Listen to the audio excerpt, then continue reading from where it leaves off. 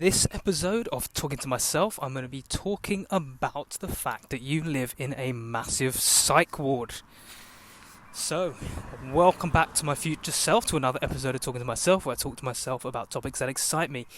So as you can see from the title of this video, I'm going to be talking about the fact that you live in a massive psych ward, why this is the case, and how to overcome it. So what do I mean by this, first of all? Well, in a psych ward, obviously, as you may be aware, people there are generally mentally unstable or have some sort of mental health condition, and they're put in a situation or in a environment where they're not harmful for others. The issue is, society as a whole, at least the way I see it, I would say probably a good 80 to 90% have underlying mental health problems or living in a way that is actually borderline, it's just insane. That's the best way I can describe it. There's no other way, the way I see it. Just look around in society. A very basic thing of, the culturally or society-wise, just look at what is deemed as normal. It is seen as normal now to go out, get absolutely drunk out of your face, go hook up with guys or girls, and this is seen as fun. You've had a load of alcohol, you can't remember a single thing you vomited. Oh, wonderful! Yeah, we've had a great night, fantastic. Also got with 10 guys or 10 girls, whatever your preference is. And this is seen as socially acceptable and people's idea of fun. And if you don't conform to these norms, you're in fact seen as weird, as boring, as an outcast. And it's the complete opposite, because bear in mind, I guess it's hard to tell the exact ratios, but I guess the majority of people, if you look at in terms of, say, universities, colleges, even in the workplace, conform to these norms. I would say, if I were to guess, I would say 80%, maybe more, are the ones actually partaking in these sort of activities. And obviously, the minorities, that 20% that don't conform, obviously you just don't see them. They are doing their own thing in their own, I guess, hidden away more so. But looking into the case of what I said, for example, of the people going out, drinking, and that's seen as normal. Like, this is not just a one-off, once every few months. I'm talking about the ones that do it on a weekly or multiple times a week sort of basis. And this is a disorder, the way I see it. This is a reliance and addiction to something in order to, you could either say, cover up the fact there's something inside you that needs attention, but you're just not willing to give it attention, or the fact there's something missing in your life that you're trying to mask over by doing this, the act of, say, going out drinking every week, every few days, whatever it is.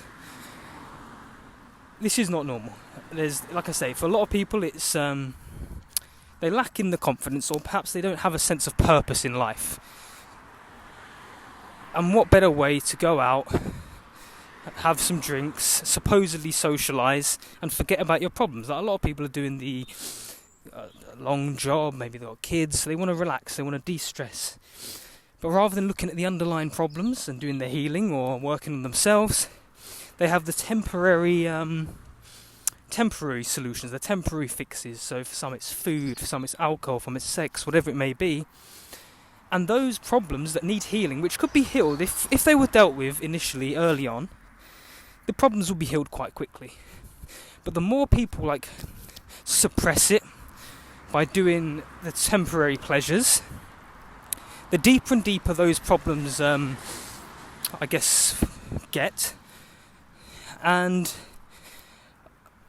the more people function based off those deeper issues, but because they don't realise it, because it's so far beneath the subconscious mind, so far buried away, they don't even know that the problem is going on. So they're living their lives based off a certain trauma, based off a certain problem, but they don't even realise, because anytime the problem arises, They may just go and drink, let's say, or have their food, or have that, I don't know, sex, or like I said, whatever it is. And imagine if everyone is doing this. This is not just one person. Imagine if millions and millions of people are doing this. It's deemed as normal, isn't it, ultimately? Which, as I said, for me, that's absurd. And even more absurd is the fact that if someone does the healing, has healed themselves mentally, is perhaps not conforming to these desires, these addictions, it baffles me that it's seen as abnormal. I'm going to pause the video because there's a load of cars, 1 second. Okay, so I'm back. Just going back to what I said, the reason why I think, obviously I can't speak for generations before my own, I can only speak for my own generation over the past, 30 years or so, 25 to 30 years maybe. I think it's because stuff is so easily accessible now. That's why I think these psychological issues have gotten worse, because now you've got access to social media, the internet.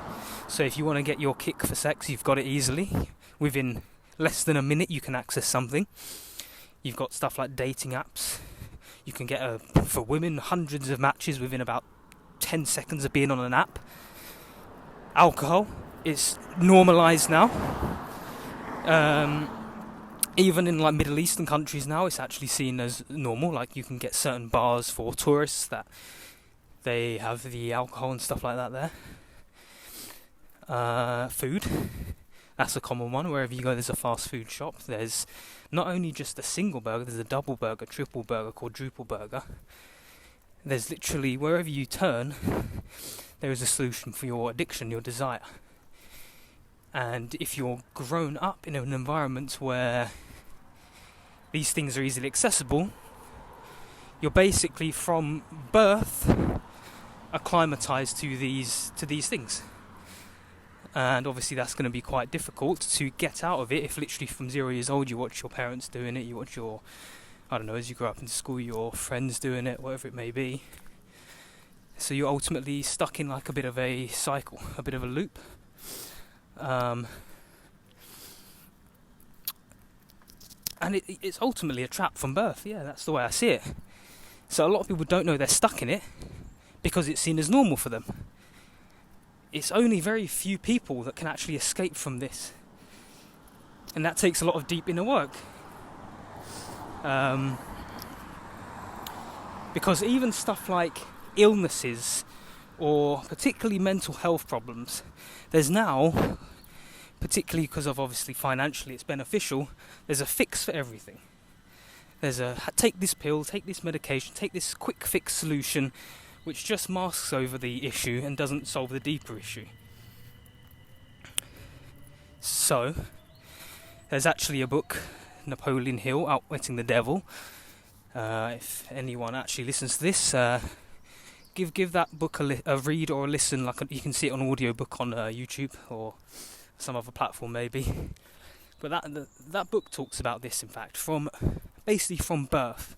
He's talking about how people get sucked into their addictions, get imprinted into their minds, these addictive stuff, because once the seed has been planted into your head of such an addicting thing, for example, all you need to do is let that seed blossom, let that seed grow, and then you're basically living off of autopilot with those addictions. And obviously if you don't get that fix, whatever your fix is, if it's alcohol, whatever, you start having withdrawal symptoms. And that's what leads to more addiction. So that's why these things get normalised, and it just keeps repeating, because people actually, even if they try to break out of this loop, this trap, whatever you want to call it, they get sucked back in as well, because the group consensus is the group is doing this certain activities, and they don't want anyone else to go against that thing. So it does sound like it's a bleak world out there, but I am hopeful, because I do notice as well, using myself as an example, that people are making a bit more of a conscious effort to these things now. Despite the fact that the majority is still, living in their own bubble, in their own traumas, in their own addictions, there's a minority which are working intensely on themselves. And I think that's what it takes. Strangely, it takes not only to be aware of such issues, but it takes the right conditions as well. Because you need to be in the right environment to be able to, I guess, work on yourself and get out of these issues in the environment. So you actually need to almost distance yourself and get to another environment. You may need stability in the sense of financial. You may need to invest in yourself, which can be difficult if you're perhaps living in a very poor area. You can't afford to have, say, do a course or do a therapy session or buy better quality of food to work on yourself. So there's actually a few factors, and a lot of people are not actually in a position to be able to break out. Obviously there's some that still manage to, like they might live in a slum and they still find a way. But that's why I think there's like a minority that are chosen. Obviously there's I'm just using that word off the top of my head, but it doesn't mean you're like a gift from the heavens, but that's just the way I see it in a sense, to be fair. Because all the conditions line up perfectly for them almost. So someone may be brought up in an environment that's perhaps a bit more toxic. Maybe they've got a dysfunctional mum and dad, or maybe alcoholic parent or something like that. And despite the fact of this, despite what they go through, they somehow get the wisdom and knowledge from this experience and manage to, I guess the only way to put it is something greater than themselves, manage to snap out of that cycle. And that's when things start aligning. When you actually snap out of it and take action towards something, a different path, something greater than yourself, something in a new direction that's breaking out of the loop. Going back to something I said in the previous video, it is creation, your own creation. This is not doing what your perhaps generations above you did, which maybe say in a dysfunctional pattern. You're actually doing your own creation, which nature's going to favour your own creation. So it's going to favour you if you break out of that pattern and start creating your own new, especially if it's coming from a place of pure intention, it's going to favour that more. Because ultimately nature is love, nature is abundance, nature is, everything that is just greater than ourselves. So it's going to favour you if you snap out of the cycle that was previously given to you and you do it with the pure intention. And that's all it takes. It's obviously difficult for a lot of people because they don't have the awareness, the knowledge of this, and they're stuck in such a deep state of fear of poverty that they don't see a way out. But all it takes, using an analogy of a dark room, a room could be completely dark, but it could take a tiny little candle to actually light up that room. And that's the way I see these, what I call chosen people, to create a light, a new path, create that awareness in a society which is mentally unstable, the way I see it. So where do we go from here? The people that are, making a conscious effort to better themselves, keep doing that. Keep working on yourself to the best you possibly can. Invest in yourself. That would be the key takeaway I could say from this. Especially if people that are stuck in the constant route and a constant cycle, the first thing I would say, invest in yourself over anything else. And what I mean by that is, invest in stuff that develops your mind, your body, your spirituality. So this may involve you pay for better, like I said, healthier foods. You pay for a course. And the reality of it is, a lot of people are not going to do this because after a long day's work, they're going to just go get that quick fix again, which is fine. But the ones that do want to actually break out of this, look for a solution that is going to pay dividends in the long run, not the immediate fix. So look for the thing that's going to develop your mind, like I said, whether a course, whether you buy books, whether you buy healthier foods, whether you go on a retreat that will better yourself. Whether you, I don't know, pay for a spiritual practice that you can get involved with, meditation, yoga practice, whatever. And keep doing that on yourself to the best you can. Because once you better yourself, the better you get at doing whatever your preferred thing in life is, people will start going, oh, this person's changed. How's he doing it? How's she doing it? And you're almost going to become like a leader by example for a lot of these people around. These, I guess you'd call just the average person in society that is completely oblivious to a way of doing things. So you can't look to change other people that don't want to be changed. But the more you look to change yourself, better yourself in whatever way possible. Bear in mind, there's multiple ways to do this. Mind, body, spirit, obviously financially, whatever. Look to invest in your mind, body and spirituality more than you would invest in something like physical, like even like buying materialistic things. That's some, yes, obviously they can be an investment too, but the most important is develop the mind as much as you can, because you'll become and be that person that is a better version of yourself. And by doing that, that will wear off to the ones around you. Once they start asking how you did that thing, then you can look to plant seeds into those people around you to help them better themselves. Once they see that it can be done to someone that's close to them, of course they may have some, I guess, like rejections in a way, because they may see you become someone different. They may not like that, which is fine, but stay true to your path, stay true to the self-development, the self-growth. But there will be some that come round eventually. Like initially there may be a bit of hesitancy. They don't want to see that person they knew become someone different. But once they do see these changes, perhaps it's changes that they want, there will be some that come round and start asking you how you did it.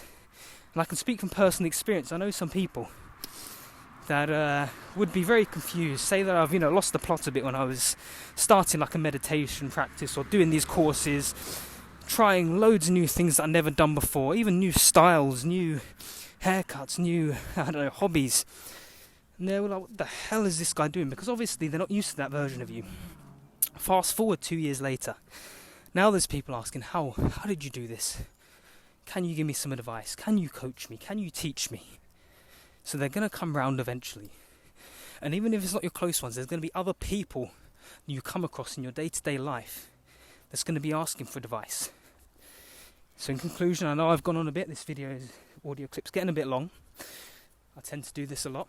But in summary, the way to overcome and solve this issue: invest in yourself, invest in your mind, better yourself. And from that point, once you've developed, the better you've got, then you can impact those around you and plant seeds into them and lead by example. Hope this helps, and have a great day.